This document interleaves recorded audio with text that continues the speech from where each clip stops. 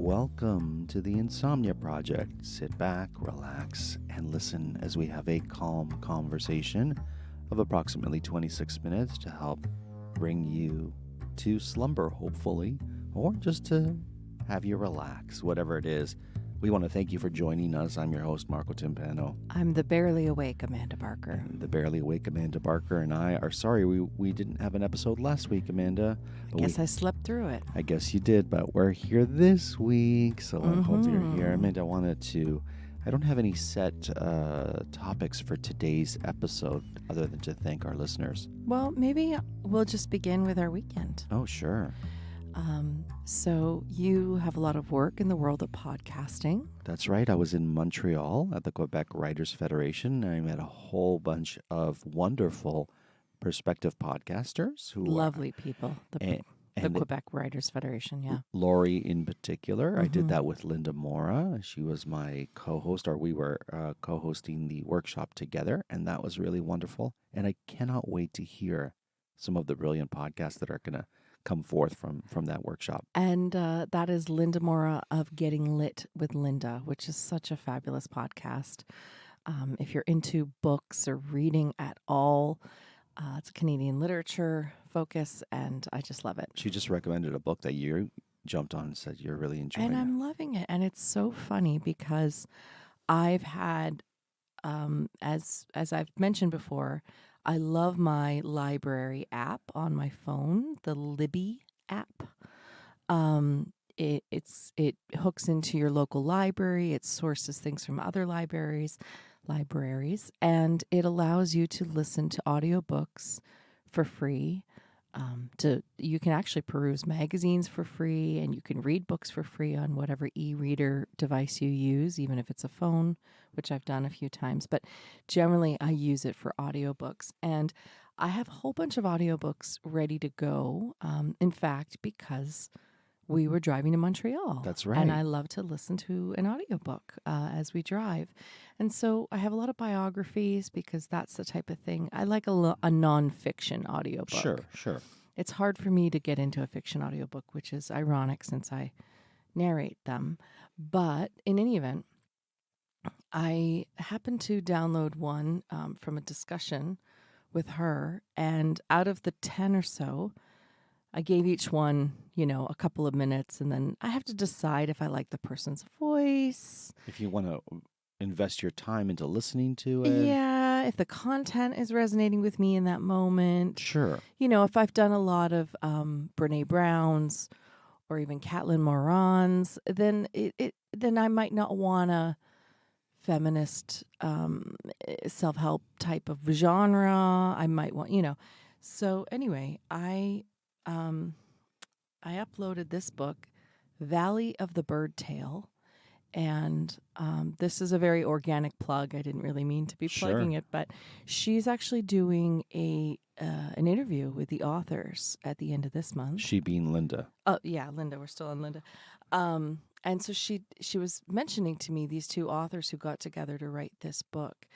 So anyway, it's called Valley of the Bird Tale: An Indian Reserve, a White Town, and the Road to Reconciliation. Okay. And I wasn't sure, some of those things are quite heavy topics, Sure. so I wasn't sure. But it's told in a very, I don't know how else to put it, a very listenable way. Okay. And it really hooked me. It's narrative, so I'm interested in the narrative of these people's lives. It's also very informative, and of course it's dealing with some what we call heavy subjects, but I think there's a real lightness to it and playfulness to it, and I got to be honest, I'm really enjoying it. And who are the authors? The authors are, this is important. Amanda's going to get that. Yeah, the authors are Douglas Sanderson, I believe, and Andrew, and now it's gone, hang on, Andrew Stobo Snyderman, and why does it keep going? Amanda's fiddling with her phone right now. I'll have it in our show notes. Douglas Sanderson, I got it right. Yeah, All so right. Andrew Stobo Snyderman and Douglas Sanderson wrote this. And I'll have a link to that in our show notes. Yeah. And speaking of 2, we had an eclipse of the sun and the moon Oh gosh, this week as what a well. week it's been. Yeah, We were in the direct path of that eclipse Mm-hmm. here in Toronto, but unfortunately the clouds did not allow for us to view it. We got a little glimpse. Not when it was at its 99th percent. And I had a lot of eclipse envy. Oh, Yeah, I'm not an envious person overall, I don't think. Different people have different vices. Envy isn't usually mine. sure. I've got lots of others, don't worry. But I had a lot of eclipse envy because Wow. I noticed on social media and so on, everyone, and of course the eclipse was very specific to location. So Right. of course around the world, as so many of our listeners are, that they weren't part of it. Of But course. for us here in what we call the Greater Toronto area, There was a lot of eclipse potential action happening. So if you were in Niagara Falls, yeah, in Hamilton, in Cornwall, in Port Perry, I want to say Port Hope. anything along that southern U.S. border, like the border between Canada and the U.S. Sure. Which meant, of course, on the other side. But it's a fairly small little path that an eclipse, you can go 10 miles and be outside of what they call the totality, right? Right. See, and for me, celestial things like that do nothing. So I was neither here nor there with it. I'm not. I was saying this to Amanda last night. I was like, that stuff, because we were talking about Halley's Comet. And she's like, do you remember Halley's Comet back in whenever I don't remember it was? seeing it, but I certainly remember talking about it. I don't remember. And to be honest with you, if it was in the zeitgeist back then, I wouldn't have paid much mind to it because, like I said, celestial bodies aren't my thing. I know oftentimes Amanda will point out different galaxies or star clusters, and she'll name them, and I'll be like, okay. Constellation, Yes. I love the idea that I could see different galaxies with Well, my own eyes. If you concentrate, maybe you can. I mean, in my mind, the galaxies of my brain. Yeah, I never heard this term totality before, and suddenly that's what everybody was talking about. It became a buzzword for us, anyways, in this past week. But yeah, it was pretty cloudy, and we weren't going to get the full deal. And the full deal means it goes fully to night for a few minutes. The stars come out, and then it goes back into the daytime. So now I kind of want to have that experience in my lifetime. So I might become an eclipse chaser and go to like Spain or Iceland next year. I don't know. We'll see. Have fun with that. Or 2 years from now, whenever it is. Okay, so you also dove into some Shakespeare this week. I did. I want to talk about the museum too. What museum? I was angling for Montreal so I could talk about the museum. Oh, sure, and of then course. you just bulldozed right over you're like, anyway. But now let's talk about the eclipse. Sure, let's go to but your I'll museum. talk about Shakespeare. No, let's talk about your museum. It's not my museum. Oh, the museum that you were foreseen in this agenda. It was a new museum for me. Okay. So for me, it was a big deal. But you weren't part of that because you were teaching at the Quebec Writers Federation while I had a lovely day by myself. Okay, tell us about your museum experience. So I had this I just wanted to describe to listeners Sure. my wonderful day. We had a beautiful, deep soaker bathtub in our hotel. We had a kind of older hotel. And we had a free breakfast. It wasn't great, but it was free. So I went down and got my 2 hard-boiled eggs and some cheese. And then I drew myself a beautiful bath. And I know probably most people's fantasies isn't eating hard-boiled eggs and cheese, but that's what they had. And I read a new book that I'm reading called The 100 Days of Lenny and Margot. I think that's what it's called. But I thought you were going to say the 100 Years of Solitude. No, the 100 Days of Lenny and Margot, which is an interesting Scottish book, or it takes place in Scotland anyway. So in a hospital in Scotland. So I got in maybe 30 pages, 50 pages or so of that. And then I went, okay, museum time. And I walked myself down to the Musée des Beaux-Arts, which is the Museum of Fine Arts in Montreal, and I'd never been, and that's pretty incredible because we've spent a lot of time in Montreal. We have, but I've never made it to the museum there, the Fine Arts Museum, and it was lovely. It was so lovely. They had an exhibit that compared the lives and works of Georgia O'Keeffe, Which Amanda's a big fan of. and I can't even remember his name. Moore. What's his first name? Henry Moore. Henry Moore. Which Is that I'm it? yeah, Henry Moore. which I'm a big fan of. You went to the museum. I know, and now I don't remember. It was like O'Keefe and Moore. No, his sculptures are interesting. He always he carved a lot from stone. That sound is Marco looking for his name. Oh, was it clicking? Yeah. Clacking? Sorry. Yeah, he carved a lot from stone, and he always wanted it to still look like the stone. Henry Spencer Moore. There you go, I like Georgia O'Keefe. I like when I say Henry Moore, you're like, Henry, is it Henry Moore? As if I was wrong. Well, I thought that was an author too, Henry Perhaps. Moore. I mean, Henry Moore's not a Who uncommon. wrote the Yellow Wallpaper? I feel like somebody wrote the Yellow Goodness, Wallpaper. I've never even heard that book. It's a short story. I felt like that was somebody named Henry Moore too, but I'm also, as I mentioned, half awake or half asleep. Anyhow, I had a beautiful stroll through this museum, and it was lovely, and that comparative exhibit was lovely. And I happened upon a free tour. Oh, that's lovely. So what happens, I love a guided tour, as we've established. I love audiobooks. Right. And so I will pay the extra $10 or whatever it is for the guided audio tour of Whether something. that be a person or a headphone, walk around, Well, press a button. usually it's a headphone. Right. And so, and you know, press your language and make sure the headphones work and let it guide you, and you go through the rooms or whatever. So that's what I was expecting, but they didn't offer that. That wasn't on offer. Instead, what they had is volunteers giving you really interesting insights into the works of these two authors. And so I just wanted to say, I got a guided tour by this lovely older British woman named Mary, and she was fantastic. Awesome. She knew so much about each, and she had interesting little tidbits of information, and that's what's interesting to me, those personal stories. And you're looking at me like you want to tell me who wrote the Yellow Wallpaper. Yeah, I looked it up. It's not Henry Moore. The Yellow Wallpaper, original title, The Yellow Wallpaper, a story, is a short story by American writer Charlotte Perkins Gilman. More. No, there's no more in there. I don't know. I don't know who I'm Never thinking. even heard of this short story. Okay. Why are you so angry about I'm it? not angry, but All right. I like how you thought it was Henry Moore. Maybe it's Henry Miller, but there's an author of that time. Mm-hmm. Well, Henry Listen, Miller. I know a lot of people, and I have a lot of names that float in my brain. Fair enough. So, you got to see Henry Moore. You got to see George O'Keefe's works. Were there other works that you saw in that museum that you enjoyed? Yeah, I learned about a Quebecois artist that I didn't really know, Ripoll? Sure. Jean, Ripolle. I might be saying it wrong. Ripoll.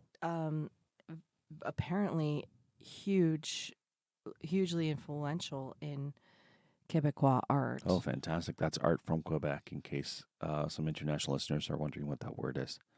Jean-Paul Ro. I still can't say it. Can you say that? Of course. Ripolle. Oh, yeah, that's Italian. Riopelle. Jean-Paul Riopelle. Riopelle, sure. Anyway, but really influential. Oh, wonderful. I guess somewhat abstract painter from the 60s, and really interesting stuff. And they've got a lot of his work there, and he's part of that whole movement of Quebec in the 60s and 70s, like alongside Leonard Cohen, and who was obviously a famous poet and then later on singer, but just so many of the artists of Quebec of that time, which I thought was really fascinating. Singer-songwriter, yeah. Mm-hmm. That's wonderful. There's a big mural on one of the condo buildings in Montreal that we drove by, of Leonard Cohen, that is. And so you had a great time at the museum. I did. I just wanted to share that because a new museum is a new adventure, and they're some of the best adventures museums because you feel like you're going inward, you're going internally. You know, when I was a child, I didn't really get museums. I liked going. I liked the big spaces and the high ceilings, but I didn't really understand what was to be gained from just staring at art or, paintings on a wall or Of course. sculptures. But these days, for me, it's an adventure into an artistic spirit and a creative movement, someone's life. And that's what's interesting to me. I took our niece and nephew to the Bata Shoe Museum How was it? during their spring break. It was a neat museum, but I don't think the kids had much patience for all the shoes after a while. They were like, okay, how many pairs of shoes can we possibly look at? And kids in museums, it's a hard sell. Sure. Anyway, which is why most museums find other ways to draw families in and engage the kids. As I was there, they had a whole engagement area for the kids where they were making paintings and sculptures out of pine cones. It was a whole that's cool. pine cone thing. Yeah. I would have loved that as a kid. Yeah, well, that's what I mean.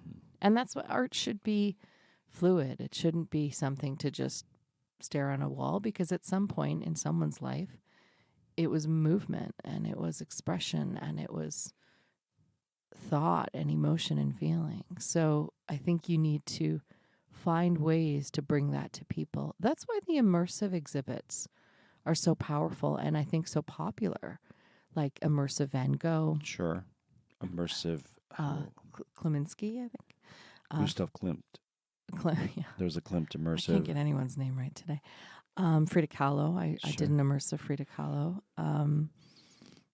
But the Van Gogh one, out of all of them, we did immersive Disney, which was a tour into Disney animation. I do think the immersive Van Gogh at the end of the day, and I hope I'm not making any mortal enemies with this, is still my favorite, personal favorite. Although the Disney one is really interesting. Yeah, it was a pretty cool knockout, that one. And even for an adult, obviously it's geared more to families in terms of the marketing, but I think as an adult it was a very interesting adventure into the animation of Disney. Now, we mentioned this earlier in the show, you've been working with some people in Shakespeare. Would you see a immersive Shakespeare if they had that experience? I don't know how you would do that. I mean, isn't Shakespeare meant to be immersive? Isn't that what a good Shakespearean play is, in a way? Yes, but not all his works. But imagine if you went in and you heard excerpts from all his works with people around. And there's a very famous show called The Complete Works of William Shakespeare, which I saw in London. Was that good? In the West End. Yeah, it's funny. Okay. A lot of shows have sort of mimicked that formula. Gotcha. Where it's, let's do big things fast. And they'll be funny if they're fast, if everybody knows what's happening, because we're doing it at this farcical, frenetic pace. Right. That's essentially what it was. But okay. I do remember, I mean, it was many years ago that I saw it, but I do remember enjoying it. I know it came into town. I should have gone to see it when it was in town. But, yeah. And there's a Harry Potter sort of version of that. Mm-hmm. Years ago, there was a show called... it was a Tom Stoppard play called Cahoots. I don't want to say the Scottish play, but anyway, it has like Cahoots, the Scottish play, something Hamlet. It's a pretty famous play, but inside of it, there's a play within a play. Okay. And that is called the 15-minute Hamlet. Okay. And I remember my university theater did just the 15-minute Hamlet as a lunchtime show. Oh, that's neat. By Tom Stoppard. Tom Stoppard, who unfortunately left us this week. Right. Oh, this week? Yeah, this past week, okay. I think. You know, it's interesting. I love the idea of seeing a quick show during your lunch, especially if you're like, oftentimes you're working and in a place where you haven't worked before or a new location and you don't know too many people or you don't feel like having lunch with people. Mm-hmm. But imagine being able to eat your lunch and watch a show. For me, that's a wonderful, wonderful experience, which I have yet to do. But there are places that we know of that do that. Yeah. For example, the Lunchbox Theater in Calgary has had a long history, of doing exactly that, lunchtime shows. I don't know if they offer evening shows as well. I don't think so. No, just lunchtime? Yeah. There used to be one downtown Toronto that did. Oh, there was? Yeah, it was called the Solar Stage. And what happened was they offered lunchtime adult shows. And by adult, I just mean not family shows, but, Right. a one act, a 40-minute or whatever show right downtown, like at Bay and Queen, or Sure. downtown. In And the heart of the city. yeah, like in the underground, sort of, like where we have a big underground tunnel system. It was in there. And because they were, the rent is high, as it always is, they also on the weekends offered children's shows. And what happened was the children's shows became more popular than the lunchtime shows. And so then they had two spaces, one for children and one for adults. But the children one basically went out and they had to close the adults. Yeah, because I only know that as a kids theater. Exactly. So I didn't know it as an adult lunchtime theater. It was my first professional theater gig in Toronto, and my second ever professional theater gig ever in my life. And I was so excited I was getting paid to do theater. It was pretty low budget, but anyways, and everybody would say to us, Solar Stage, oh yeah, they used to do the lunchtime shows. Do they still have that theater? So I heard about it a lot. But it didn't exist by the time I was there. So that's been a long time now. Wow. I remember years ago, and I meant to tell you this morning, I auditioned for a Shakespeare play, a outdoor Shakespeare play. Oh, yeah? At Earl Bales Park, I think. This is when I was in high school, so many, many years Oh, ago. I think you told me your drama teacher took you and someone else. And my best friend at the time. Yeah. For a role that had two lines. Okay. It was for Fleance, was the name of the character in one of the plays. I couldn't even tell you which one. I think that's a history play. I think that's like a Henry the fourth or fifth. It could be the Scottish play. I remember my lines. Okay.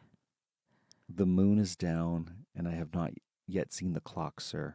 And then and that might be the Scottish play. And then the next line is, I take it as later, or something like that. I still remember the lines. They were going to hire somebody for two lines? Yeah. Wow. Like it was outdoor. Like they were going to hire a kid, right? So, the opportunity to go audition for Shakespeare. Right.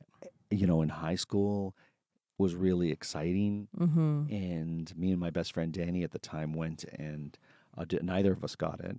But I wonder who booked that. I know. I wonder who booked it as well. I remember my teacher saying to anglicize my name because she was worried that they wouldn't hire me because they thought I was too ethnic for the part. That's insane. Yeah, and that teacher was also Italian? Yes. So that's why she thought that, I think. Yeah. No, she knew. I think there was more to it. That era of people were told to do that, right? I think she knew more about the director and stuff. I see. So yeah. So I think it was a little more complex than that. And did you anglicize your name?